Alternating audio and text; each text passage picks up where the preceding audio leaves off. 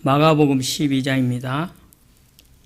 마가복음 12장 18절에서 27절까지 제가 가지고 있는 성경은 신약성경 76쪽입니다. 하나님 말씀 우리 한 목소리로 함께 합독하시겠습니다. 마가복음 12장 18절에서 27절까지입니다. 부활이 없다 하는 사두개인들이 예수께 와서 물어 이르되 선생님이여 모세가 우리에게 써주기를 어떤 사람의 형이 자식이 없이 아내를 두고 죽으면 그 동생이 그 아내를 취하여 형을 위하여 상속자를 세울지니라 하였나이다. 7형제가 있었는데 마지가 아내를 취하였다가 상속자가 없이 죽고 둘째도 그 여자를 취하였다가 상속자가 없이 죽고 셋째도 그렇게 하여 일곱이 다 상속자가 없었고 최후의 여자도 죽었나이다. 7사람이 다 그를 아내로 취하였으니 부활 때 곧 그들이 살아날 때에 그 중에 누구의 아내가 되리이까? 예수께서 이르시되 너희가 성경도 하나님의 능력도 알지 못함으로 오해함이 아니냐. 사람이 죽은 자 가운데서 살아날 때에는 장가도 갖지 아니하고 시집도 아니가고 하늘에 있는 천사들과 같으니라.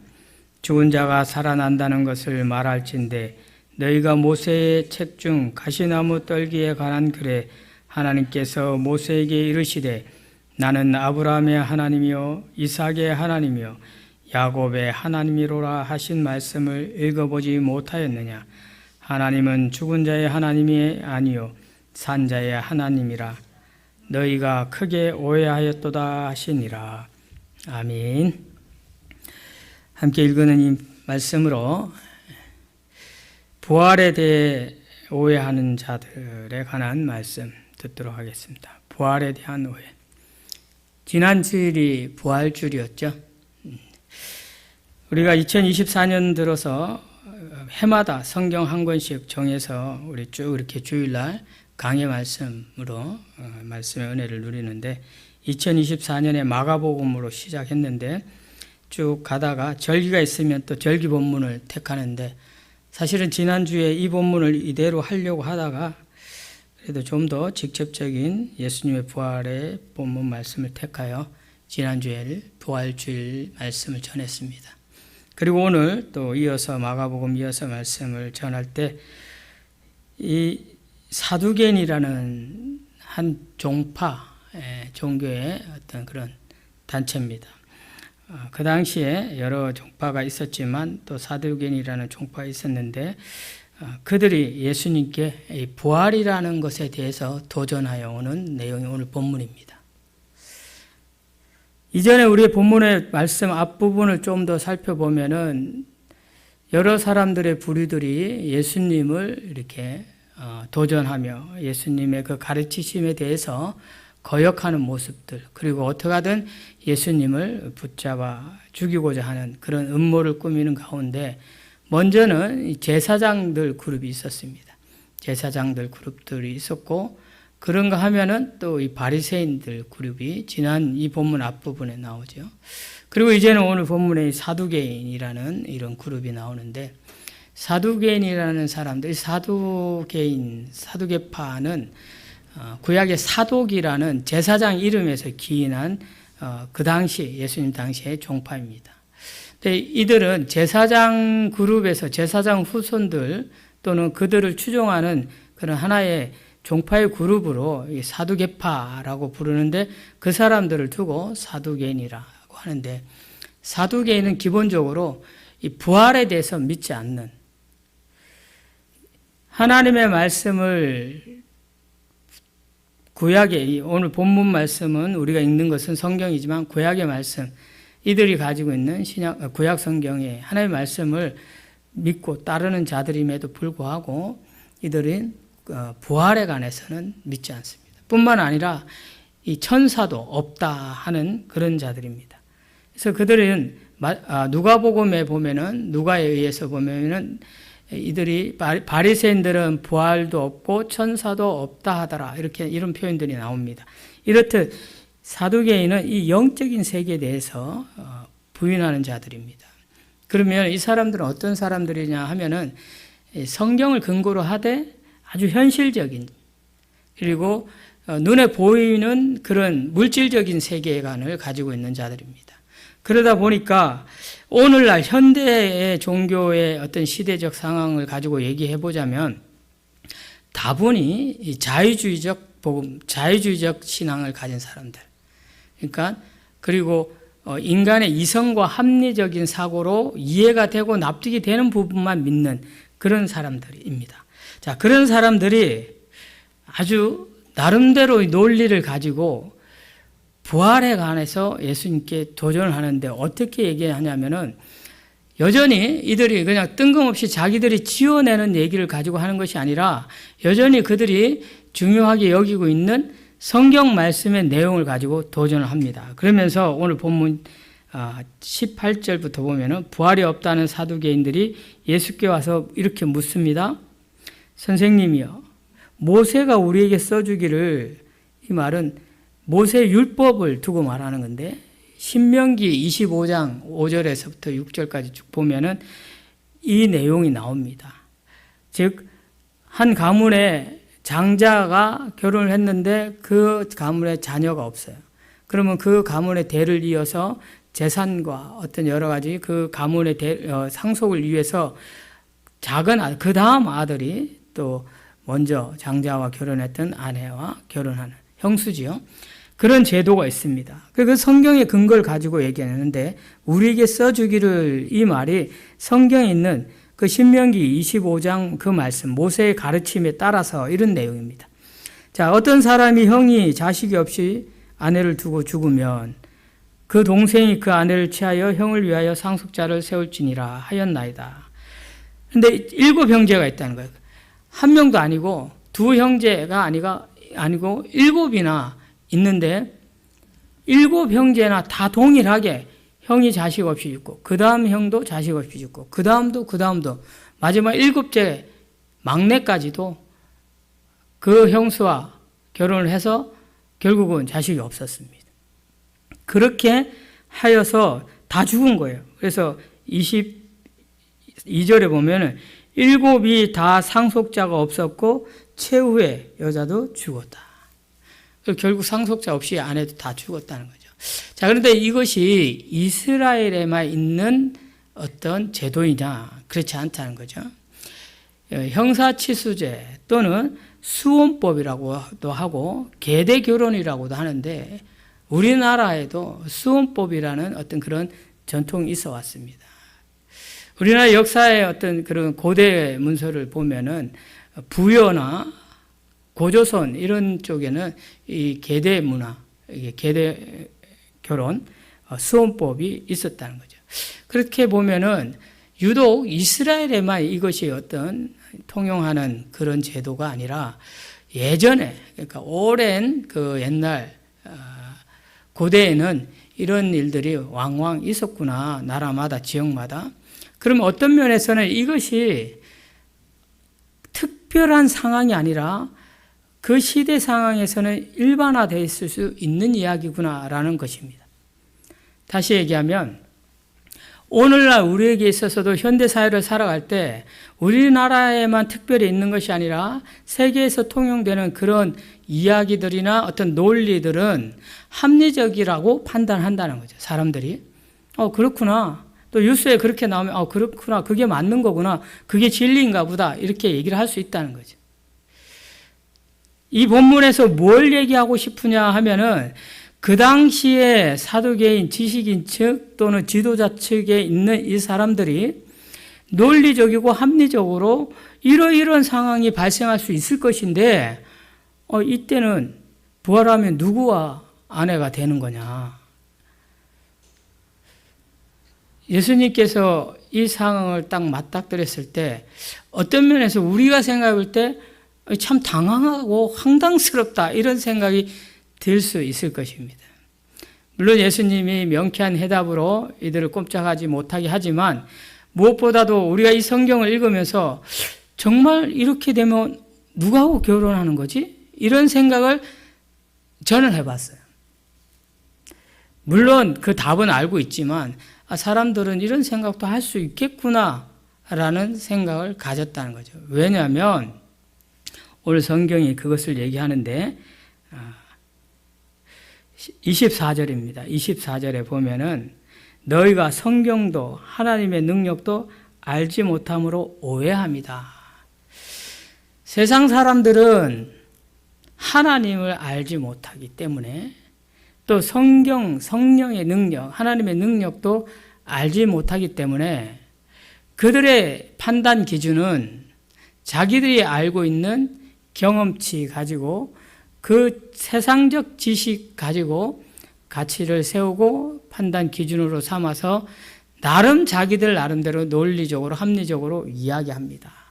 그래서 그것이 만약에 세상적 가치 기준이 교회 안에 들어오면 그것을 두고 우리는 교회도 세속화됐다라고 표현하는데 오늘날 이 한국교회 만연해 있는 것이 세속화된 어떤 모습들인데 그런 기준을 가지고 보면은 그래 이렇게 되면은 누가 부인인 거야? 부활을 한다며 부활하면은 누구랑 결혼하고 살 거야? 라고 얘기한다는 거죠. 여기서 우리가 알 수 있는 것이 세상 사람들은 하나님을 모르고 세상 사람들은 성경의 그 의미를 모르기 때문에 자기들 나름대로 판단해서 자기들 나름대로의 그 합리성과 이성으로 이런 일이 있을 수 있겠냐라고 부정해버리긴 하겠지만 안타까운 것은 교회에서도 이 부활에 대한 이해를 제대로 하지 못하니까 심지어 성도들뿐만 아니라 말씀을 전한다는 목회자들도 때로는 제가 얘기를 들어보면은 부활을 그렇게 이해를 하고 있어? 할 정도로 잘못 오해하는 그런 사람들이 많이 있다는 겁니다. 제가 이 말씀을 한 주간 묵상하면서 준비하는 가운데 우연찮게 그 프로 이름이 생각이 안 나는데 그 역사를 막 설명해 주는 그 역사 여행하는 것처럼 역사를 설명해 주는 그 프로그램을 모르겠는데 어쨌든 잠시 TV를 보는데 이집트 미라를 설명해 주는 거예요. 미라 맞나? 네. 그 왜 시체를 이렇게 천으로 세마포로 이렇게 칭칭 감는 것. 그래서 왜 이렇게 시체에다가 이게 천을 감아서 이렇게 매장을 하냐라고 그 게스트들이 묻습니다. 그랬더니 거기에 역사적으로 그 고증하는 그 학자가 이게 교수죠. 그분이 하는 말이 이 당시 애굽 사람들도 이집트 사람들도 사람이 죽으면 영혼이 떠나고 다시 영혼이 이 사람 살아나서 부활해서 이 사람에게로 들어와야 되는데 이 사람 몸이 없으면 영혼이 들어올 육체가 없으니까 그 부활하지 못하고 떠돌아다닌다 이렇게 표현하는 거예요. 그래서 이 시체를 잘 보관하려고 그 세마포 천으로 칭칭 감아서 시체의 부패를 방지하는 거예요. 그래서 부패 방지하기 위해서 이 몸 가운데 사람이 죽으면 가장 빨리 부패하는 한 부분이 어디냐면 뇌랍니다. 뇌. 그리고 장기. 그래서 뇌를 다 빼내. 그리고 장기를 다 따로 보관해요. 그리고 몸뚱아리 뼈하고 이 살만 이걸 칭칭 감아서 매장하는 게 이집트 그 왕들을 매장하는 그 문화랍니다. 세상 사람들은 어쩌면 부활에 대해서 이렇게 믿을 수도 있습니다. 애굽 사람들이, 이집트 사람들이 그렇게 믿듯이. 그런데 교인들도 때로는 부활에 대해서 오해를 하면은 이렇게 믿는다는 거예요. 우리의 몸이 온전하게 있어야 부활하면은 그 몸으로 살아날 거 아니냐. 이렇게 믿는다는 거죠. 성경에는 죽었다가 살아난 사람들이 왕왕 있습니다. 구약 성경에도 사르밧 가부의 아들이 그랬고, 신약 성경에 보면은 나인성 가부의 아들도 그렇고, 뿐만 아니라 우리가 너무나도 잘 아는 예수님의 친구라고 표현하는 이 나사로도 사실은 죽어서 나흘이 돼서 냄새가 나는, 부패하는 냄새가 나는 그런 상황인데 예수님께서 살리셨다. 우리는 부활을 생각하면 이 정도로 생각하는 사람들이 너무 많습니다.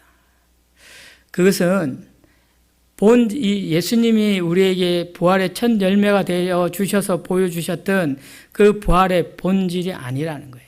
그래서 성경을 오해하고 하나님의 능력을 모르기 때문에 그것을 제대로 믿지 않기 때문에 이 정도의 부활이라고 생각한다는 거죠. 그래서 우리가 나중에 부활을 하면은 몸이 있어야 될 거 아니냐 이런 식으로 얘기한다는 거예요.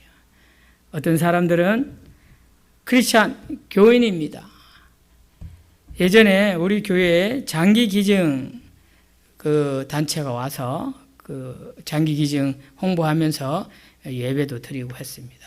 꿈의 교회뿐만 아니라 먼저 제가 있던 이 신서기포교에서도 그런 일을 했는데, 우리 꿈의 교회에서는 그런 말 하는 분이 없었는데 신서기포교에 있을 때 담임을 할 때 그 일을 두고 어떤 권사님이 한 분이 저를 찾아왔어요. 예배 다 마치고 그 행사 마치고, 목사님 장기 기증하고 그러면 기독교에 맞지 않는 거 아니에요? 나중에 부활하면 장기 없으면 어떻게 해요? 이 말 하는 거예요. 그래서 내가 깜짝 놀랐어요. 그러면 제가 물어봤죠. 그럼 권사님, 교통사고 난 사람이 다리에 다쳐서 다리 절단했어. 그리고 그 사람이 예수님 잘 믿고 죽었습니다. 그 사람 나중에 부활하면 다리 없이 쩔뚝거리게 부활해야 되겠습니까? 그런 사람들이 살면 그게 천국일까요? 제가 그렇게 얘기를 했죠. 세상 사람들은 그렇다 치지만은 이 그리스도인들 믿는 사람들마저도 부활에 대해서 오해를 해서 그렇게 인식한다는 거예요. 예수님께서 우리에게 보여주신 부활의 모습은 그야말로 우리가 이성적으로 합리적으로 사고해서 이해할 수 있는 범위 내의 그런 부활의 모습이 아닙니다.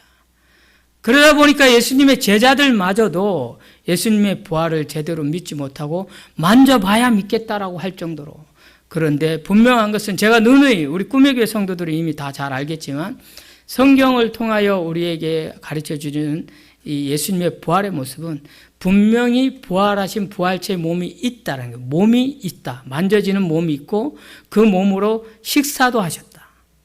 그런데 그 몸은 우리의 몸과 같지 않게 공간을 초월하고 시간을 초월하여, 제자들이 다락방에 문을 걸어 잠그고 로마 병사들이 잡으러 올까 봐 두려운 마음에 마가의 다락방에 모여 있는 중에 문이 잠겼는데 벽을 뚫고 들어왔다는 거잖아요. 이렇게 시공간을 초월하시는 그런 예수님의 부활의 모습, 그것이 바로 우리가 장차 이룰 부활의 몸이라는 것을 말씀해 주고 있는 거예요. 그것은 무슨 말씀이냐 하면은 그 부활의 몸은 세상에 속하여 한정돼 있는, 한계가 있는 몸으로 부활하는 것이 아니라는 거예요.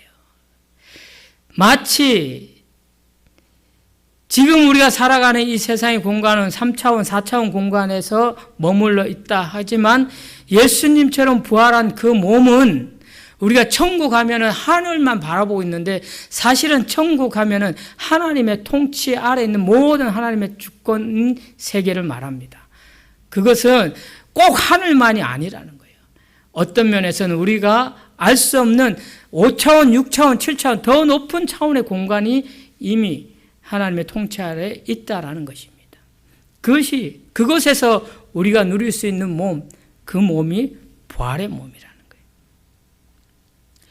그래서 오늘 예수님께서 나름 똑똑하고 나름 그 시대의 지도자층으로서 권세를 누렸던, 그리고 사람들에게 예수님 이전엔 그들이 주목을 받았던 그 바리새인들이 혹시라도 자기들의 권위와 자기들의 어떤 기득권이 빼앗길까 봐 예수님을 도전해서 예수님을 말 못하게 하고 사람들 앞에 조롱시키려고, 그래서 예수님을 아주 이렇게 형편없는 거짓된 자로 만들고자 하는 그런 마음으로 나름 자기들의 지혜를 가지고 또 성경적인 지식을 가지고 도전하여 물어봤지만 예수님 뭐라고 대답합니까? 25절, 사람이 죽은 자 가운데서 살아날 때는 장가도 아니가고 시집도 아니가고 하늘에 있는 천사들과 같으니라. 여기서 우리가 알 수 있는 것은 장가도 아니가고 시집도 아니가고, 그럼 뭘 얘기하냐면 결혼이라는 것에 있어서 우리가 세상적인 관점, 지금 우리가 땅을 딛고 살아가는 이 시대, 이 세상에서의 관점으로 결혼을 이해할 때는 부부로서 어떤 한 사람과 누군가 만나서 이렇게 가정을 이루고 단순히 우리가 이렇게 산술적으로 또는 피상적으로 느껴지는 그런 개념 이해가 아니라 이거는 우리가 가정교회에서 처음 성경 공부 첫 단원이 시작할 때 신앙생활에서 가장 중요한 것이 뭐냐고 질문한 질문이 있죠. 뭡니까? 관계예요. 하나님과의 관계, 사람과 사람과의 관계. 장가가고 시집가고 이 표현을 다른 표현으로 하자면 관계를 설명하는 거예요. 관계. 우리는 결혼해서 어떤 사람을 사랑하고 그 사람의 사랑을 받고 그래서 그 결혼 관계 속에서 자녀를 낳고 그것이 유지되어야만 된다라고 그래야만 그것이 사랑을 주고받는 것이라고 느낄 것인데 그것이 지금 우리가 이 땅에서 살아가는 세상에서의 방식인데 하나님 나라 우리가 영원히 부활하여 영원히 사는 그 영원한 하나님의 통치 아래에서의 천국의 삶은 하나님과의 관계 속에서 사람과 사람과의 관계 속에서 주고받는 계산적인 그런 인간의 사랑이 아니라 하나님의 그 사랑으로 사랑하기 때문에 굳이 누구하고 결혼해서 가정을 이루고 하지 않아도 그야말로 모두를 사랑하고 함께 누리는 이 땅에선 감히 상상도 할 수 없는 그 진정한 행복, 그 평안, 그 기쁨, 그것이 그 안에 있기 때문에 굳이 결혼이라는 관계로 그 서로를 구속하여 하나의 틀로 만들 필요가 없다라는 것을 예수님 설명하는 거예요. 천국은 그런 곳이 아니야. 부활하여서 너희들이 사는 삶은 그런 삶이 아니야 라고 얘기하는 거예요. 굳이 인간적인 생각 안에서 너희들이 이 땅에서 사는 동안에 천국의 모형을 그나마 만들어 주려고 가정을 만들어서 가정에서부터의 교회의 모습을 심어줬지만 그것도 너희들이 이루지 못하는데 그래서 그거 안에서도 깨지고 아프고 상처받는 그런 관계인데 부활하여서 사는 그 하나님 나라에서의 관계는 그런 관계가 아니야 라고 말하는 거예요. 그러니 내 아내가 지금 내 아내가 나중에 내 아내가 안 되면 어떡하지? 염려할 필요가 없다는 거예요. 그보다도 더 큰 사랑으로 그보다 더 깊음으로 다 받아들여서 서로를 사랑하고 서로를 기뻐하면서 하나 되어 함께 살아갈 수 있는 것이 천국이라는 거예요. 그것이 부활한 몸으로 사는 하나님 나라라는 것입니다. 그 설명을 이들에게 말하면서 26절 죽은 자가 살아난다는 것을 말할진대 너희가 모세의 책 중 가스나무 떨기에 관한 글에 하나님께서 모세에게 이르시되 나는 아브라함의 하나님이요 이삭의 하나님이요 야곱의 하나님이로라 하신 말씀을 읽어보지 못하였느냐. 무슨 말이냐면 나는 이삭의 하나님이었어 야곱의 하나님이었어 아브라함의 하나님이었어가 아니라 이 원어도 그렇게 쓰여 있습니다. 나는 지금 아브라함의 하나님이고 이삭의 하나님이고 야곱의 하나님이고 즉 그들은 지금도 부활한 우리가 부활하여서 그런 몸을 입듯이 지금도 하나님의 통치 아래서 하나님 나라에서 살아있는 자들이고 그들의 하나님이라는 거예요. 이전에 그들이 육신의 몸을 입고 살아있을 때 그의 하나님이 아니라 여전히 지금도 아브라함의 하나님 이삭의 하나님 야곱의 하나님 현재 진행되어 있다는 거예요. 그건 무슨 의미냐면은 여전히 하나님 나라 하나님 주권 아래 하나님이 다스리는 그 통치 아래 아브라함과 이삭과 야곱이 살아있다라는 거예요. 우리가 알기로는 신약 성경에서 데살로니가서 3장 말씀에 보면은 부활에 관해서 언급해 주는 내용이 있습니다. 그 부활의 내용을 살펴볼 때 우리의 육신, 믿는 자로 지금 아브라함과 이삭, 야곱을 얘기하자면 그들이 육신의 몸을 가지고 하나님을 믿고 하나님의 말씀에 순종하여 때로는 하나님의 말씀에 불순종하여 혼나기도 했지만 죽었다는 거죠. 우리가 아는 우리 인간 세계에서의 그 죽음은 끝이 나서 그 몸은 어디로 갔어요? 흙으로 갔단 말입니다. 그러면 그 영혼은 하나님과 함께 있는 거예요. 지금 그 하나님과 함께 있는 그것을 얘기하지만 그럼에도 불구하고 예수님이 여기서 말씀하시고 싶은 것은 이후에 그들 또한 부활하리라. 잠자는 자들이 다시 살아나 부활하리라고 하는 것은 바로 이미 먼저 믿음의 성도들이 죽어서 예수님이 심판하실 그때 다시 살아남을 얘기하는데 그들 또한 그때 살아났을 때 그들은 그럼 부활의 몸이 어디 있느냐? 그것을 두고 얘기할 때 그 몸 또한 마찬가지로 하나님이 무엇으로 천지를 창조하셨고 무엇으로 사람을 만드셨느냐? 하나님이 누군가 그런 얘기 하더라고요. 우리 성도들에게도 얘기했지만 사람이 죽어서 화장해가지고 흩어서 뿌려버렸어. 그러면 어떻게 찾아요? 나중에 부활할 때 어떻게 모아? 근데 하나님을 그렇게 한정을 지어버리는 거예요. 우리의 이성으로. 하나님은 흙의 흙. 그 창세기 1장 26절, 2장 8절 9절 말씀에 보면은 하나님이 사람을 지으실 때 땅의 흙으로, 원어에 보면은 아다마 아파라 이렇게 되어 있습니다. 아다마라는 땅은 이 대륙, 이 육지, 땅을 말합니다. 대륙.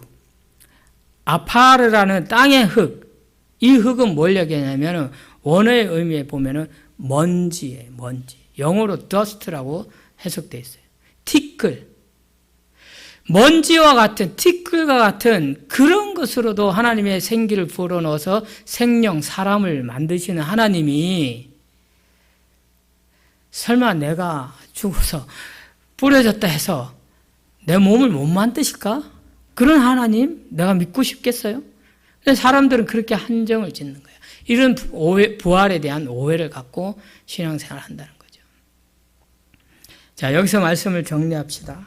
하나님은 27절 죽은 자의 하나님이 아니요 산 자의 하나님이시라. 너희가 크게 오해했다. 하나님은 여전히 우리가 살아있는 자, 죽어서도 죽은 것으로 끝나는 게 아니라 우리는 살아있는, 살아날 자인 줄 알기 때문에 우리의 하나님이신 겁니다. 사랑하는 여러분, 부활에 대해서 나름 지식을 가지고 또 성경의 말씀을 빗대어 예수님에게 도전하였지만 부활에 대해서 오해하는 이들의 오해는 어디서부터 기인하느냐 하면은 너희들이 성경을 알아도 제대로 알지 못한다 이거예요. 성경을 알지 못하고 뿐만 아니라 하나님의 능력을 알지 못한다. 24절 다시 보면 너희가 성경도 하나님의 능력도 알지 못한다. 부활뿐만 아니라 우리가 참된 신앙, 바른 신앙을 갖기 위해서는 무엇보다도 성경을 바르게 알아야 합니다. 성경 말씀에 좋은 구절만 알고 있어서 될 일이 아니라 성경을 처음부터 끝까지 그리고 이 성경의 흐름 속에서 하나님 말씀하시고 싶은 그 의미를 잘 깨달아 알아야 돼요. 뿐만 아니라 먼지, 티끌로 사람을 만드시고 온 우주 만물을 창조하신 그 하나님의 능력을 우리가 제대로 알고 믿어야 한다는 거예요.